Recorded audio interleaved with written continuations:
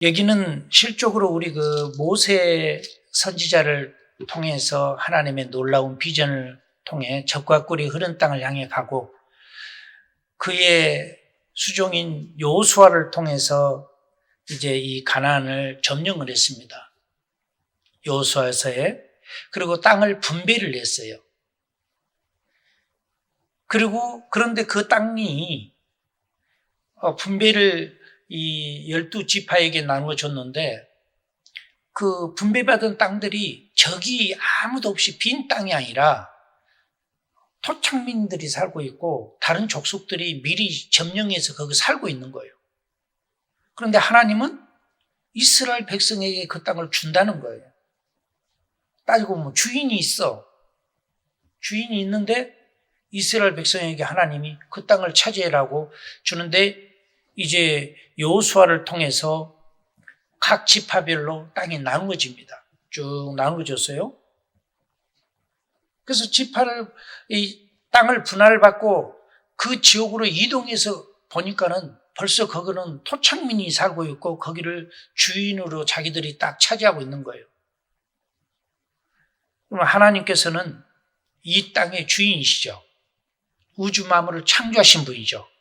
그러니까 하나님은 다른 이방 민족, 완악한 민족에게 그런 땅을 주기를 원한 게 아니라 하나님의 자녀, 12지파, 하나님의 백성에게 주기를 원했던 건데 다른 사람들은 하나님 허락 없이 자기들이 살고 있는 거예요. 그러니까 하나님께서 이제 그 땅을 이스라엘 백성에게 주었고 여호수아를 통해 그 땅이 분배됐는데 여호수아가 이제 죽습니다. 사람은 다 이 세상을 떠나잖아요. 구약에도 마찬가지예요. 떠나고 그 다음에 우리 여기 이 본문에 나오는 갈렙이 이제 이 족속들하고 싸움을 일으켜야 되는데 여기 우리 본문에 보면은 우리 12절에 보면 갈렙이 말하기를 기랏세벨을 쳐서 그것을 점령하는 자에게는 내 딸 악사를 아내로 주리라. 이제 그 백성들 젊은 군사들에게 얘기한 거예요. 이 구약시대 때는 보통 전쟁석이고 큰 공을 세운 사람에게 자기 딸을 주었어요. 사위를. 그러니까 사울왕도 다윗을 왕으로 사위로 삼잖아요. 나중에 왕이 되지만은. 그러니까 아주 용감하고 용맹스러운 그런 장군들을 사위로 많이 삼았어요. 그 이유가 뭐냐면은 쿠데타가 일어나면 안 되잖아.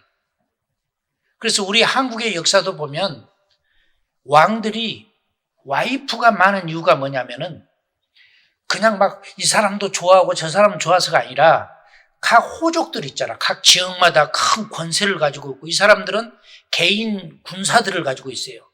예를 들어서 충청도 하면 충청도에 최고의 힘이 있고 군사가 많은 사람이 있고 경상도면 경상도도 있고 또 그것은 크게 나눈 거고 그 다음에 거기에 더 이렇게 작게 나눠도 예를 들어 시로 나눠도 전주에도 또 그런 사람이 있고 그러니까는 중앙에서 전체 반란이나 쿠데타가 없이 전체 이 백성을 다 다스리려면 왕 혼자 갖고는 안 되잖아. 지방 행정이 지금처럼 잘 돼 있고 이런 데는 조직이 잘 돼서 되지만은 그 당시는 그게 아니잖아요. 사람들이 뭐 전해주려면 말 타고 며칠이고 뛰어가가지고 그 전해주는데 마음에 안 들면은 그 전해주러 온 사람 그냥 죽여버리면은 그것이 전달됐는지 안 됐는지 전혀 모르는 거예요. 그래서 안전하게 그것을 갖기 위해서 왕들은 그냥 그렇게 서로 비즈니스적인 결혼을 한 거죠. 그러니까 이 갈렙이 한 것은 비즈니스적으로 한 거 아니에요. 그거하고는 다른 거예요. 여기는 뭐냐면은 저 적군을 하나님이 주시는 땅을 우리가 온전히 차지해야 하는데 이 기랏세벨이라는 이 굉장한 사람들이 거기를 차지하고 있으니까 전쟁을 해야 되잖아요. 어떻게 됐든. 그래서 거기다 동기부여를 주는 거예요. 누구든지 저 적을 깨뜨리고 무너뜨리는 사람에게는 내 딸을 내가 주어서 내 사위로 삼겠다. 그러면은 이 갈렙은 누굽니까? 여호수아와 함께 엄청난 그 가나안 땅을 들어가는 데 있어서 앞장서서 일했던 그 모세의 지도를 받았던 사람 아닙니까? 그 정통성이 확실한 거예요. 북한에서 자꾸 백두산 혈통 이걸로 정통성을 가져간 이유가 뭐예요? 그거 없으면 북한은 힘을 못 써요. 지금 김정은 위원장 그 할아버지 때부터 시작해서 언제나 백두산 혈통을 중요하게 생각한 거예요. 거기에 뭐 조금이라도 관련이 있고 전쟁을 같이 하고 도와준 일이 있는 사람들은 크게 쓰임받고 전혀 상관없는 사람들은 핵심 멤버로 들어오기 힘들어요. 왜냐하면 믿을 만한 사람은 그 사람들이란 거예요. 피해 동맹, 함께 전쟁도 치르고 땅을 지키기 위해서 싸웠던 사람들. 그래서 그런 사람들을 애우해주고 굉장히 중요하게 생각한 거예요. 그런데 이 갈렙은 이제 그 명령을 하니까 누가 가요? 그나스의 아들 오니엘이 그것을 점령하러 갑니다. 그리고는 따지고 보면은 조카 돼요, 조카. 동생의 아들이니까. 그 조카가 전쟁하러 가서 이겨버려요. 그리고 돌아오니까 그 당시는 인구가 많지도 않고 하기 때문에 믿음의 사람, 하나님을 믿는 사람들끼리 결혼을 시키다 보니까 뭐 우리 한국처럼 지금은 법을 좀 바뀌었죠. 옛날에는 같은 동성 동번이어도 결혼이 안 되고 막 그랬잖아요. 지금은 그것까지는 아닌 것 같고 지금은 이제 좀 더 풀어진 것 같은데요. 어쨌든 그게 있잖아요. 이 당시는 그런 게 없었어. 그래서 믿을 사람은 누구겠어요? 가까운 사람들. 그래서 이 오니엘이 전쟁을 이기고 돌아오니까 약속대로 갈렙이 자기 사랑하는 딸을 아내로 줍니다. 그런데 이 오니엘이 아무나 그냥 일반 청년이 아닙니다. 성경에 보면 이 사람이 이제 그 선지자들이 있었을 때는 하나님께서 직접 말씀하셨어요. 선지자들에게. 모세도 그랬잖아요. 여호수아도 그랬잖아요. 그렇게 했는데 그 시대를 끝나면서 이스라엘 백성들이 이제 사람 수도 많아지지만은 모세 시대 때나 여호수아 시대처럼 하나님의 그 신성한 신령한 은사들을 사모하고 그 주시는 감동과 메시지를 받아서 바로 전하면 순종하고 백성들이 이제 그렇게 안 하려고 해요. 우리에게 왕도 세워달라고 데모도 하고요. 막 하니까 하나님께서 그때부터 여호수아를 계기로 그때부터 하나님의 직접적인 계시적인 것을 이제 주지 않고 사사를 통해 주셔요. 사사란 것은 종교의 지도자들이에요. 그런데 사사가 대제사장은 한 명이었잖아요. 그런데 사사는 많아요. 그래갖고 여러 사사를 통해서 주다 보니까 은혜스럽고 성령이 충만한 사사도 있는가 하면 어떤 사람들은 그보다 덜 영적으로 떨어지는 사사도 있었어요. 그런데 보통 사사들은 그런 신앙적인 거 앞장서서 전쟁하러도 가고 또 이 백성을 대신해서 하나님의 메시지를 전해주기도 하는 그런 역할을 했는데 바로 여기 우리 본문에 나오는 오니엘이라는 사람이 사사예요. 그러니까 갈렙의 딸을 종교의 지도자인 사사에게 와이프로 준 거예요. 그러니까 그 지도자 사사가 갈렙의 사위가 되는 것이죠. 사사지만은 하나님의 명령을 받고 전쟁하러 가서 이기는 사람. 그런데 이 사람에 대해서 소개를 하다 보면 성령이 충만한 사람이라고 해요. 자, 그런데 이 악사가 우리 한국말로는 이제 악사고 영어에서는 엑사라고 하는데요. 이 악사가 출가할 때 아버지가 결혼을 시키고 너는 저 남방 땅으로 가라 그래요. 남방 땅. 그런데 거기는 뭐냐면 비옥한 땅이고 막 젖과 꿀이 흐르는 땅이 아니에요. 사막이에요, 사막. 저 남쪽이 사막. 알다시피 사막은 덥잖아요. 또 이 건조해가지고 뭐 농사를 해도 잘 안 되는 그런 땅이잖아요. 그냥 그쪽을 향해 가게 하는 거예요. 그러니까 악사가 당나귀를 타고 덩키를 타고 출발을 하려다가 딱 생각하기를 아버지에게 우리 한국 성경에는 밭을 달라고 하자 그러는데 영어에서는 랜드예요. 땅을 달라고 하자. 그래서 땅을 갖기 위해서 낙타에서 내리죠. 내려서 아버지에게 이제 구해요. 우리 14절 보면 악사가 출가할 때 그에게 청하여 자기 아버지에게 땅을 구하자 하고 나귀에서 내림에 갈렙이 묻되 내가 무엇을 원하냐? What can I do for you? 너희가 나에게 뭘 원하냐? 낙타 타고 갈 줄 알았는데, 당나귀 타고 갈 줄 알았는데 가지 않고 그냥 사이하고 같이 거기서 내리니까, 그리고 아빠 하고 다가오니까 아버지가 물어봐요. 너희가 뭘 원하니? 우리 15절 한번 다 같이 읽겠습니다. 이거 굉장한 말씀이죠. 15절 다 같이 시작.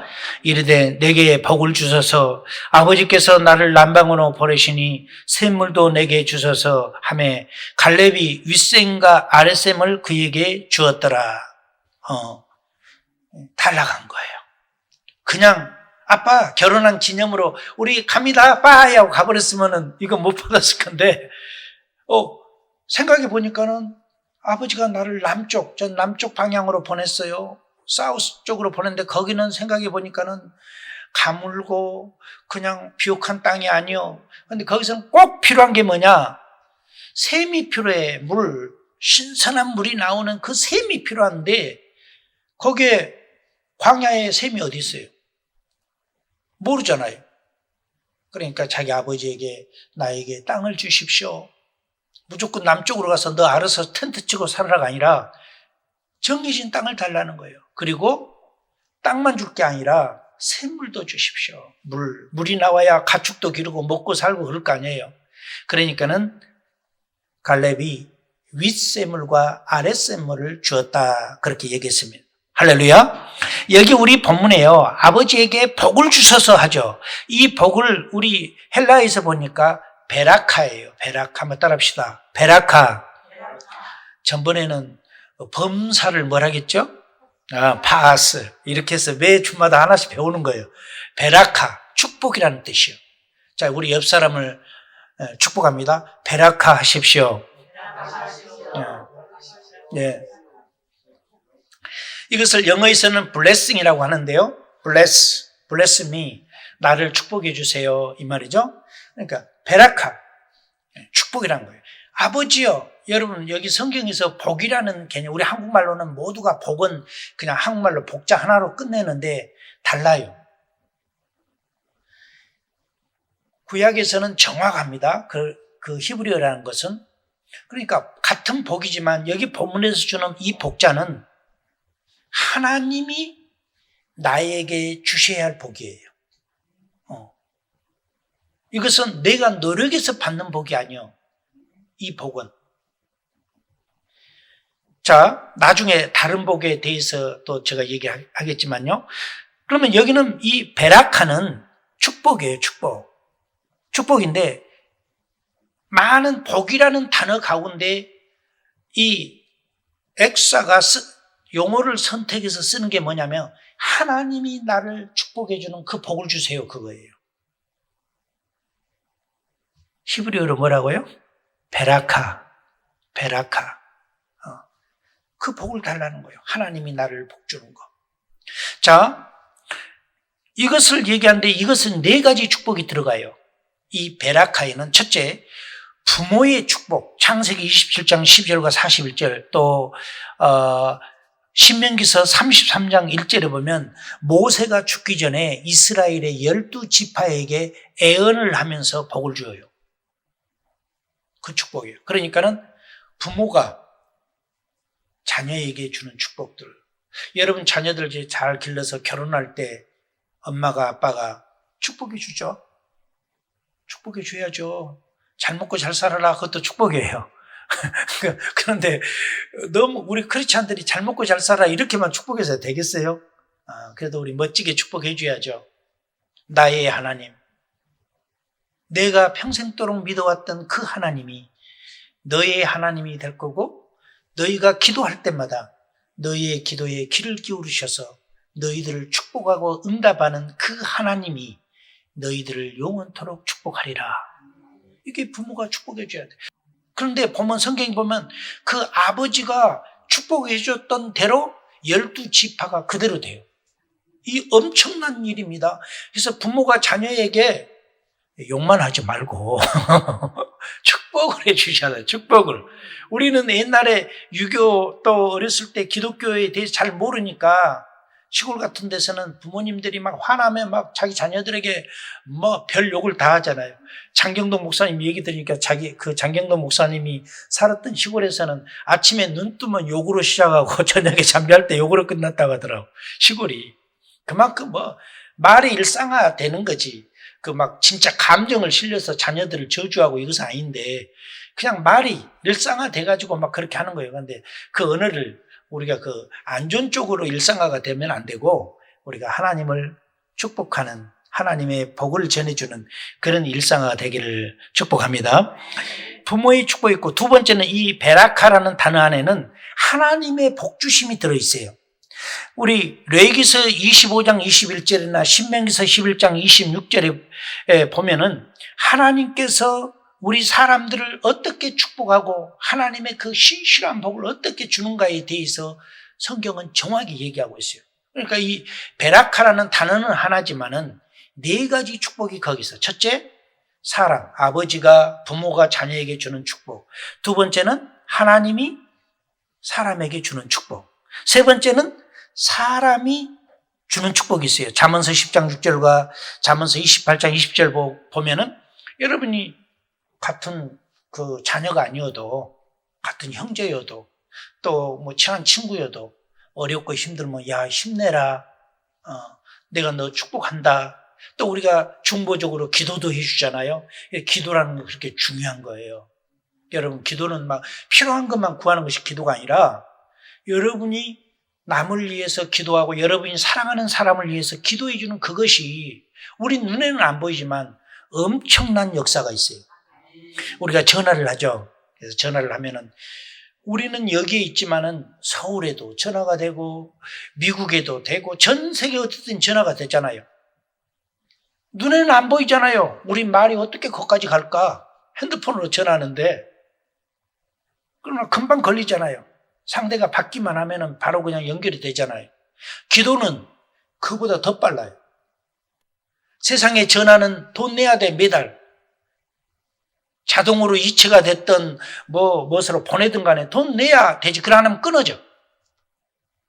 하나님 앞에 하나님과 우리의 관계는 돈 안 내도 돼요. 그냥 그분은 기뻐하는 게 뭐냐면 너희도 돈 낼 필요도 없어. 세금 낼 필요도 없어. 무조건 나만 부르면 돼. 그러면 나는 너희들이 나에게 뭐 얼마나 가지고 왔냐, 얼마나 주냐가 중요한 게 아니라 나는 너희들에게 무한대로 줄 수 있는 거예요. 그래서 내가 물어봤어요. 하나님, 그러면 우리에게 줄 수 있는 게 어느 정도 줄 수 있어요? 전 세계 사람들이 70억, 75억 인구들이 다 달라고 하면 그 사람들을 어떻게 다 줘요? 하나님이 말씀하시기를 forever, 영원토록 줄 수 있다는 거예요. 얼마나 멋있어요. 여러분, 사람에게 주는 축복 큰 거죠. 그래서 여러분 사람을 만나도 희망을 주고 꼭 축복이라는 게 뭐 돈을 나눠준 것만 하는 게 아니잖아요. 여러분의 말 한마디가 사람에게 용기를 주고 희망을 주고 나 살아야 되겠다. 이런 희망을 줄 수 있는 이것 또한 축복이에요. 많은 축복을 나누시기를 축복합니다. 네 번째로는 가난한 자의 축복이 있습니다. 욥기서 29장 13절 보니까 망하게 된 자도 나를 위하여 복을 빌었으며 과부의 마음이 나로 인하여 기뻐 노래하였느니라. 사업을 하다 망하기도 했어. 가난해졌어. 그런데도 불구하고 그분들이 신앙을 갖고 있기 때문에 복을 달라고 기도했다는 거잖아요. 또 혼자 됐어. 자녀도 없고 혼자 됐어. 그러니까 세상에서는 무시당하고 멸시당하고 업신여기고 그런데도 불구하고 나로 인해서 기뻐했다. 여호와가 그분의 기쁨이 되고 그분의 행복이 됐다는 거예요. 여러분 이것이 믿음의 사람들의 모습인 줄 믿습니다. 여러분 온니엘이라는 사람은 주의 종이고 사사입니다. 이 온니엘이라는 뜻은 하나님의 사자라는 뜻이에요. 하나님의 사자.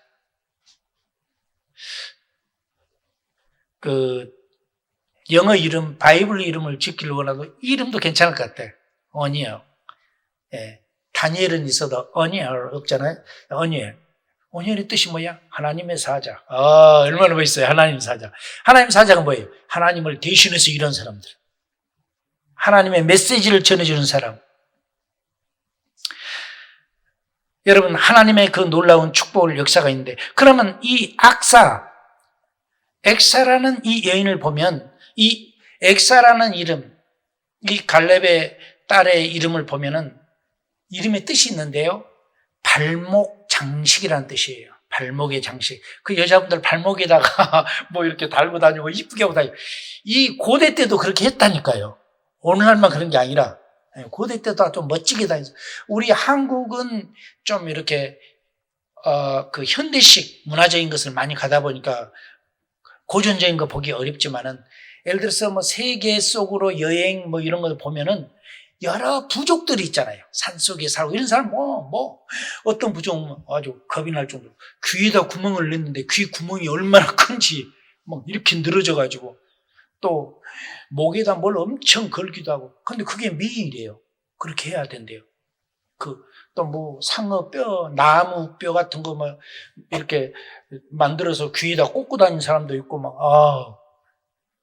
그런데 그 부족은 그것이 멋이야. 그게 멋있는 거예요. 우리는 우리 한국이라는 이 개념 안에서만 보니까는 성경이 잘 이해 안 되는 부분도 많이 있어요. 근데 여러 부족들을 보면은 고대 때는 그런 일도 있었구나.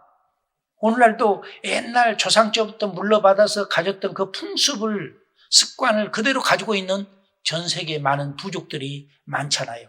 그래서 그런 걸 보면서 고대 때는 그런 문화가 있었구나. 이 악사라는 이름은 발목의 장식이라는 거예요. 발은 어디입니까? 사람 몸의 제일 밑에를 얘기하는 거죠.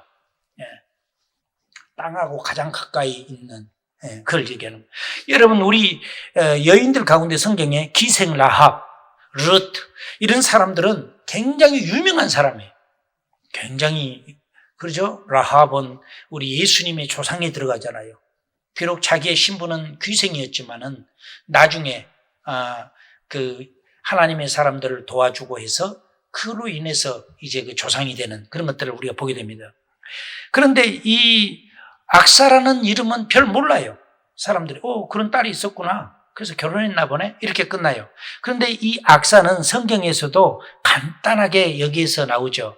그러나 이 갈렙의 딸 악사도 굉장히 지혜롭고 믿음의 사람이고 현숙한 여인이었다는 것을 우리는 성경을 통해서 볼 수가 있습니다. 악사가 왜, 제가 오늘 이 악사를 그가 기도하는 내게 복을 주소서를 중심으로 잡았냐면 악사에 대해서 소개하고 싶었습니다. 악사는 아버지 뜻에 전폭적으로 순종하는 딸이에요. 첫 번째로 순종하는 딸. 어떤 딸이요? 순종하는 딸. 자, 보십시오. 결혼 대상자는 보통 자기가 좋은 사람 만나야 되잖아요. 그런데 그게 아니야. 여기 일방적으로 아버지가 선포했어. 전쟁에서 저 적을 깨뜨린 사람에게는 내 딸과 결혼시켜 줄 거야. 그러니까는 그냥 가서는 오니엘이 이겨갖고 오니까 결혼시켜 준 거예요. 그런데 자기 마음에 든지 안 든지도 모르는데 아버지가 그냥 알아서 결정해놓고 결혼해 하니까는 보통 사람 같으면 아빠 내 스타일이 아니야. 학교는 어디 나왔는데 뭐 스펙이 어떻게 돼? 뭐 이것저것 다 따질 거 아니야. 그리고 만약에 결혼하면 나를 어디서 살게? 근데 그거 아니야. 한마디 그런 질문 안 해요. 아버지 말에 그냥 순종한 거예요. 악사는 그 아버지 갈렙의 처사에 대해서 어떤 불평이나 이의를 제기하지도 않았어요. 그리고 악사는 실질적으로 우리가 이 악사를 보면서 신앙적으로 뭘 비교가 되냐면은 아브라함의 100세에 얻은 아들 누구? 이삭. 하나님이 아버지여 불과 나무는 제단에 할 나무는 다 있는데 재물은 어디 있어요? 17살 먹은 이삭이 물어봐. 연세 엄청 많은 아버지에게. 그러니까 아버지가 하는 말이 하나님께서 예배해 놨어. 그러니까 그렇구나. 그러고 따라가는 거예요. 3일길을 가는 거예요. 딱 갔는데 갑자기 아버지가 그 나무도 지고 올라가고 불도 가지고 오는 그 하인들에게, 야, 너희들은 이제 더 이상 올라오지 마. 너희들은 여기서 기다려. 그러고는 아들아, 나하고 같이 가자. 그러고는 그 이삭을 데리고 산꼭대기 올라가 가지고는 나무를 아버지가 턱 놓으니까 도와줬겠죠? 17살 먹고 아버지는 나이가 엄청 많으니까. 그래서 나무도 단에다 쌓아 올려주고. 왜? 아버지가 얘기했잖아. 하나님께서 번제단에 쌀 동물은 하나님께서 예배 놓는다고. 그리고 그렇게 믿고 아버지 일 열심히 도와서 쫙 쌓아놨어. 그러니까는 마지막 딱 마무리하고 아버지 얼굴을 보니까 아버지 하는 말이, 이삭아, 네가 재물이다. 그래, 너 올라가. 그러고는 아버지는 칼을 딱 뽑아서 칼을 쫙 갈고 있는 거야. 보통 사람도 아버지 그냥 여기 계세요. 나 내려갈게. 도망갈 수도 있어요. 그런데 올라가서 눕잖아요. 그러고는 아브라함은 하나님 그 고대 때 번제 드리는 방법대로 칼을 뽑아서 아들을 치려고 할 때 하나님께서 엄청 급하게 부르죠. 아브라함아. 아마 가만히 보니까 하나님께서 음악으로 보면 한 템포 안 쉬고 그냥 붙여서 얘기한 것 같아요. 아브라함 스탑!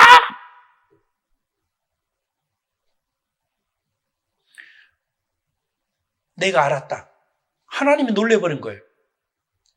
100세 얻은 아들을 한마디도 나한테 진짜 해야 돼요? 차라리 내가 가는 게 어때요? 질문도 안 하고 바로 그냥 그대로 시행한다는 거예요. 하나님께서 말렸어요. 만지지 말. 그리고는 아브라함이 정신 들고 보니까는 저 옆에 뿔이 이렇게 난 수양이 수풀에가 뿔이 걸려갖고 막 나 여기 있어. 나 여기 있어. 나 잡으시오. 하고 막 있는 거예요. 그래서 하나님이 준비해놨구나. 그래서 아들하고 같이 그걸 잡아다가 놓고 번제를 드렸어요. 하나님이 거기서 감동을 받으신 거예요. 내가 이제야 100세에 얻은 아들, 너 자신보다도 더 귀중히 여기는 그 아들을 아끼지 않고 나를 향해 희생시키려고 하는 너의 그 믿음을 보고 너희가 정말 이 땅의 모든 것보다 나를 사랑하는 것을 내가 알았다. 거기서 아브라함은 믿음의 조상의 합격점이 된 거예요. 여러분, 우리가 어느 때 어느 곳에서 하나님 앞에 테스트를 받을 수 있어요. 그래? 너희가 말로만 나를 사랑한다. 너희가 어떤 액션으로만 나를 사랑한다는 게 아니라 정말 너희 마음 그 깊은 곳에서 너 자신보다도 나를 더 사랑하는지 내가 테스트해 볼까? 이 악사를 보면서 그 순종의 아름다움이 매치되지 않나요? 이삭과 악사가 아버지 말에 순종하는. 에베소서 6장 1절과 3절에 보면 자녀들아 너희 부모를 주 안에서 순종하라. 이것이 옳으니라. 내 아버지와 어머니를 공경하라. 이것이 약속 있는 첫 계명이니 이는 내가 잘되고 땅에서 장수하리라. 할렐루야. 아버지 어머니께 잘하니까 어떻게 돼요? 너희가 이 땅에서 잘되고 장수한다는 거예요.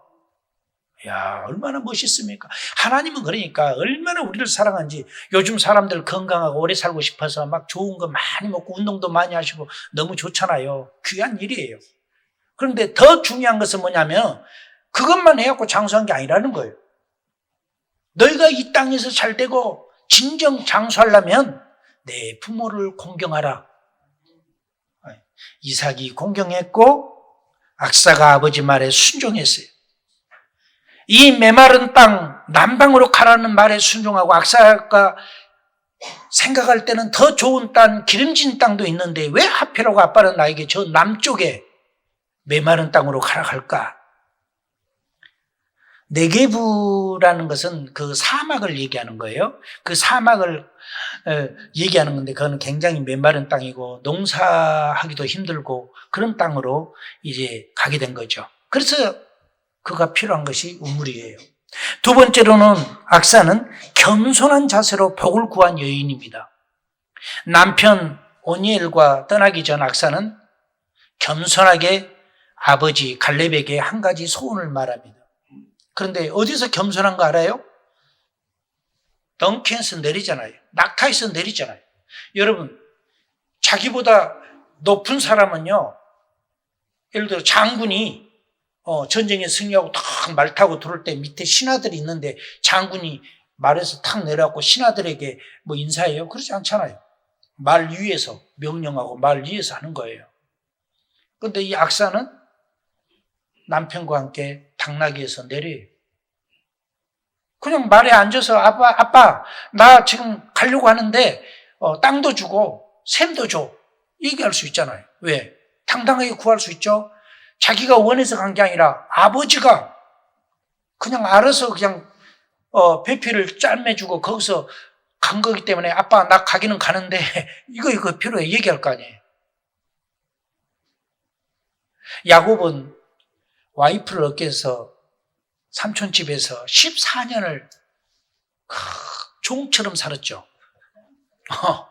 왜? 자기가 좋아하는 사람을 구하려고 하니까 그냥 속임도 당하고 그러면서 했던 종처럼 살았어요. 그런데 악사는 그게 아니잖아. 아버지가 그냥 어떤 것을 내놓고 거기 한 사람은 내 딸을 주겠다 해가지고 하필하고 악사를 줘서 가라 하니까 당당하게 아빠 나 이거 주고 이거 주세요 할 수 있는데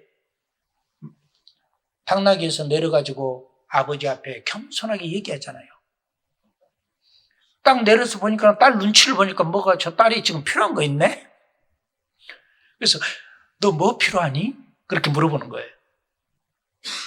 그러니까 얘가 이제 얘기를 하는 거죠. 겸손을 상징하는 거예요. 여러분 그 악사란 이름이 아까 얘기했죠? 발의 장신구라고 발목의 장신구라고.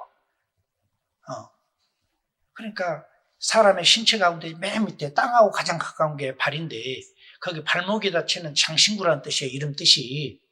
얼마나 겸손해야 되겠어요. 그죠? 그래서 이 딸은 아마 굉장히 겸손하고 하나님께서 그런 스피릿을 주신 것 같아요. 그러니까 딸 낳고 이름을 질 때 발의 장신구 그렇게 이름을 지죠. 보통 사람들께서 이스라엘 사람들은요, 이 구약시대 때 사람들은 아이들 이름을 질 때 그냥 뭐 어디 가서 전 보는 사람에게 물어보고 토정비결을 봐갖고 이름을 짓는 게 아니라 하나님께서 딱 주시는 영감으로 진 거예요. 그러니까 그 이름에 뜻이 있는 거예요. 그냥 무조건 대승하라게라 그래갖고 이름을 막 지어주고 뭐 이게 아니라 하나님께서 어떤 자녀에게는 이 이름을 주고 어떤 자녀에게는 이 이름을 주는데 보면은 그 이름들이 전부 위대한 이름은 아니에요. 다 나중에 보면은 그들이 크고 성인이 돼서 그 이름대로 그 역할을 하게끔 하나님께서 어렸을 때부터 그렇게 정해준 거예요. 이름을 준 거예요. 얼마나 대단한 건지요. 그런데 이 여인 악사도 마찬가지예요. 만약에 목의 보석이다 그랬으면은 굉장히 좀 높은 위치에서 있었을 건데 발의 장신구, 발목의 장신구로 장신구는 장신구인데 발목에다 채우는 거래요. 겸손을 상징하는 거예요.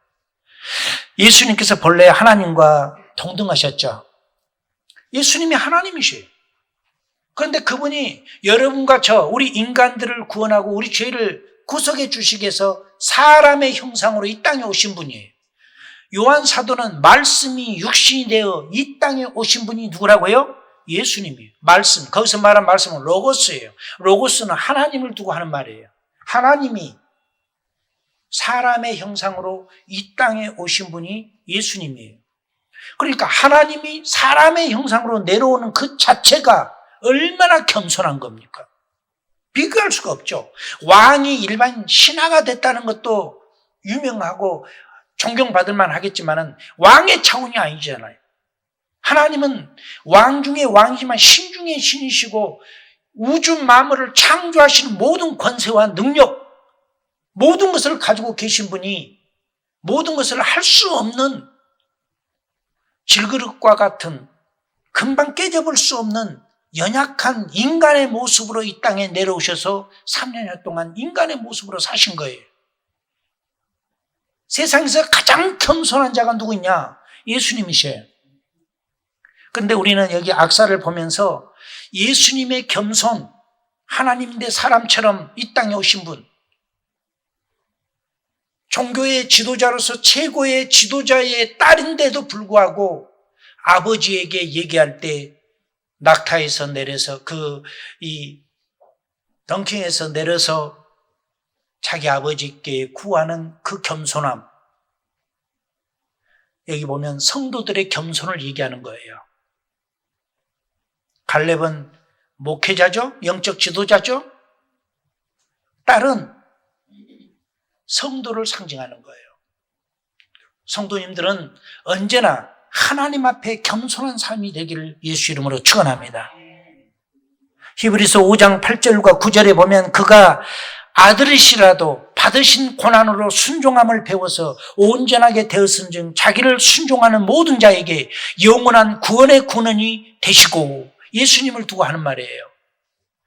사람들하고 다르죠. 사람들은 조금 내가 남보다 낫다, 뭐든지 더 많은 걸 가지고 있다면 자랑하고 싶어요. 어떻게든지 남이 나 알아주기를 원하고. 갈렙은 딸 악사가 나귀에 내리자 갈렙이 금방 알아차려요. 그리고 무엇을 구하느냐? 바라카를 원합니다.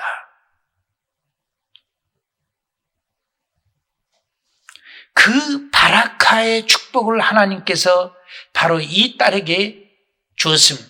세 번째로는 악사는 샘물이 풍성한 지역을 얻기를 원했어요. 나에게 물도 주세요. 샘물 주세요. Springs, water. 그러니까 그냥 어디 고여있는 물이 아니라 언제나 고여있는 물은 증발해버리면 없어져 버리잖아요. 근데 계속 솟아나는 물이 있는데 샘이 하나가 아니라 윗샘물과 아랫샘물을 주어서 이쪽 지역에서도 목축을 할 수 있고 밑에 쪽에서도 할 수 있고 이렇게 풍성하는 거예요. 샘이 하나만 있어도 살 수 있는데 이제 결혼식에서 떠나는 딸에게 렌트, 땅도 주고, 땅이 비옥하는 땅이 아니에요. 그런데 샘이 있는 땅을 줬어요. 여러분, 샘이 있는, 물이 있는 곳에는 나무들이 무성해져요. 우리 캘리포니아에도 운전하고 쭉 가다 보면은 강이 있어요. 강이, 난 처음에 놀랐어요. 강이라고 리버라고 돼 있는데 가보니까 물이 하나도 없어. 그냥 보니까 시내야. 시내인데 다 말라 있어. 그래서 뭐 이게 강이야. 이렇게 차라리 스트레이트라고 하지. 그냥 시내라 가지고 왜 강이라고 해놨어. 그런데 내가 보니까는 비가 우기 때, 비가 막 오면요, 1시간 안에 막 가득 차버려요. 얼마나 엄청난, 그리고 그 물이 거기에 가득해요. 하루 종일 와버리면 그 강에 가득해요. 그러니까는, 이래서 필요하구나. 그래서 강이, 물이 차니까 강처럼 보여요. 물이 없을 때는 그냥 시내가처럼 보이는데 왜 강이라고 이름 해놨지? 이렇게 생각했는데 의미가 있어요. 그런데 제가 이렇게 운전하고 가다 보면은 물이 지금도 흐르고 있는 곳에는요, 나무들이 키가 커. 버들나무 막 이런 나무처럼 키가 크고 푸르른 나무들이 쭉 있고요. 이렇게 봐가지고 그런 나무가 없고 또 나무가 잘 자란 나무들이 아직은 푸르지만은, 여기저기 푸르지만은 나무 키가 잘 자란 것은 얘네들은 비 올 때, 우기 때만 자라는 나무고 그 다음에는 죽구나, 아니면 뺏싹 말라고 있구나, 이렇게 이제. 그런데 나무가 쭉쭉 키가 자라고 푸르고 있고 큰 나무들이 있는 곳에는 물이 흐른다는 뜻이잖아요. 그럼 거기 가보면은 어쨌든 뭐 시내가든 강물이든 작은 물이든 간에 물이 있어요. 그런 게 나무가 자란 거예요. 그래서 이 악사도 샘 2개를 원한 거죠. 원래는 2개를 원한 것은 아니죠. 아버지, 나에게 샘도 주세요. 그런데 아버지가 그냥 그래, 더블로 받아라. 그래서 따라합시다. 축복은 더블로 받는 거다. 네. 얼마나 좋아. 하나님께서 주신 거야. 뭐 하니까요? 입을 벌려 달라겠잖아요. 아무 말 안 하고, 그래, 우리 갈게요. 아빠 잘 있어? 그러고 그냥 당나귀 타고 가버렸으면 끝나는데 딸이 아빠에게 탈락해야 되겠다. 땅과 샘을. 그리고 구하니까 아버지가 샘을 떠올려 준 거예요. 얼마나 감사해요. 여러분, 이 영적 의미가 있어요. 샘이라는 것은 우리 히브리어로 굴라라고 그래요. 굴라. 굴 있죠? 먹는 굴. 우리 기억하게. 연상에서 암기하게. 굴. 굴라. 여기 굴 있어요? 없어요? 굴라. 굴라라고 그러는 샘물을 굴라라고 하는데, 근데 이 샘은 뭐예요? 늘 물이 솟아오른 거예요. 샘. 우리 요한복음에 보면 나는, 예수님이 말씀하기를 나는 길이요 진리요 생명이니. 그런데 그 생명이 예수님이 생명의 생수예요. 할렐루야. 생수가 흘러야 돼. 생명의 생수, 성령님. 이 악사는 아버지 믿음의 사람 갈렙이 얼마나 유명합니까? 내가 성경을 읽을 때마다 존경한 인물 중에 한 분이에요. 모세의 명령을 받고 그 땅을 정탐꾼으로 가서 보고 돌아와서 그 다음에 보고를 하고 그 다음에 자기하고 같이 갔던 요수아는 총사령관으로 탁 임명받은데 갈렙은 직책이 없어. 그러면 뭐예요? 그냥 자기 동기, 동료의 비서처럼 일을 해요. 이것저것 도와주고 일하고. 그런데 이제 젖과 꿀이 흐른 땅에 들어가서 땅을 각 족속마다 12지파로 나누려고, 이제 레위 지파를 빼고요, 11지파로 나누려고 딱 하는데 서로 사람들이 눈치 보고 있어. 왜? 저쪽 지역은 어마어마하게 좋은 땅이고 젖과 꿀이 흐르고 풀이 무성하니 거기다 양만 풀어놔고 짐승만 풀어놔도 씨앗만 던져놔도 잘 되는 땅이고, 저쪽은 막 산비탈이고 한데 거기는 거대한 족속, 그 엄청 키도 크고 막, 우리 그 성경 역사적으로 보면 키가 아나짝손 가운데서 3m 50까지 큰 족속들이 있는 거예요. 다윗과 싸웠던 그 장군이 누구예요?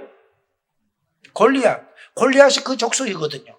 그리고 골리앗 키만 해도 2m, 어떤 성경 역사는 3m였다, 2m, 80이었다, 이렇게 얘기하잖아요. 그런데 그 역사적인 흔적, 무덤을 파서 보니까는 정말 그 사람들의 머리 하나, 이 유골 하나가 그 미국의 고고학자가 가서 그 발굴해갖고 사진 찍었는데 이 성인 키보다도 더 커요. 얼마나 크게 돼 있는지. 이런 사람들이 그 산악지역에 차지하고 있는데 거기 그 땅을 누가 갖겠어요? 전쟁을 해서 쫓아내야 하는데 서로 안 가지려고 할 때 갈렙이 얘기하잖아요. 나를 그 땅을 달라고. 우리 족속에 그 땅을 달라고. 만약에 거기 속하는 사람들은 아니 하필하고 골라도 좋은 거 고르지 장군의 저 위대한 지도자의 친구이면서도 겨우 고른 거지 저런 땅을 고르냐고 불평도 할 만했지만은 지도자의 근심거리를 제거해줘요. 사람들이 다 안 가지고 싶은 땅이에요. 안 차지하고 싶지 않은 땅이에요. 그런데 그것을 가지고 지도자가 근심할까 봐 먼저 앞장 선수서서 저요 그 땅을 우리에게 주세요. 얘기 나오니까 지도자 마음이 얼마나 편해지겠어요. 그거 정리되니까. 그런 사람이 칼렙이에요. 하나님께 헌신하고 충성하고 주님을 시원케 하는 자를 하나님이 축복하는데요. 이 샘물은 거기에서 교육을 받고 함께 보았던 이 악사가 아버지에게 구하는 그 샘물, 생수의 샘, 이 굴라를 보면은 성경이에요. 여호수아서 15장 9절과 사사기서 1장 15절에 나오죠. 이 굴라는 물 웅덩이, 이 우물을 얘기하는데요. 이 스가랴서 4장 3절에 보면 이 굴라라는 히브리어 단어는 뭐냐면 성전에 불을 켜기 위해서 이 둥근 접시 있죠. 접시에 이 올리브 기름을 담는 그 그릇을 얘기하는 거예요. 그러니까 우리가 세상적인 삶으로는 농사를 짓고 가축을 먹기 위해서 그 우물, 샘이 필요했지만은 영적인 의미에서는 나는 하나님, 아버지가 믿었던 그 갈렙이 믿었던 그 하나님의 영성을 나는 우리의 삶에도 갖기를 원해서 굴라를 주십시오.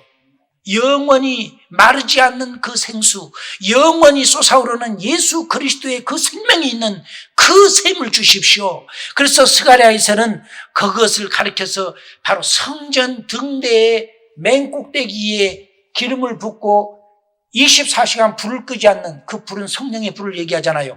성령의 불이 꺼지지 않는 그 기름 촛대 그 접시를 원하는 것이, 그것이 굴라예요. 여러분, 우리가 세상이 유행 따라 흘러가는 것이 아니라 믿음의 사람들은 어떻게든 하나님의 믿음을 따라서 성령의 은혜로, 성령의 기름 부음으로 나가는 역사가 있어지기를 예수 이름으로 축원합니다. 그것이 악사입니다. 얼마나 겸손한 사람입니까? 자기 아버지가 그랬던 것처럼 얼마든지 자기 아버지 갈렙이 좋은 땅을 원하고 얼마든지 고생을 했고 정말 1등 공신이잖아요.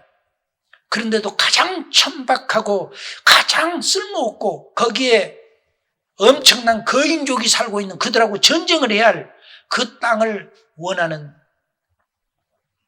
이들을 볼 때에 이 믿음의 역사는 사람의 눈으로 보고 좋은 것이 아니라 창세기에 하나님이 세상을 창조하실 때 땅을 만들고 우주 만물을 창조하시고 모든 것을 만드시고 마지막 하신 말씀이 하나님이 보시기에 좋았더라. 할렐루야. 하나님이 보시기에 좋은 땅을 구하는 것이 악사였고 그의 믿음이 역사였고 여러분 가문들이, 여러분 자녀들이, 우리의 삶이 악사처럼 하나님의 믿음으로, 은혜로, 성령의 충만으로, 기름 부음으로 역사하는 은혜가 있기를 예수 이름으로 축원합니다. 이것이 우리 올리브 동산이 되기를 원하고 올리브 교회가 되기를 원하고 이것이 여러분의 가정이 되기를 원합니다.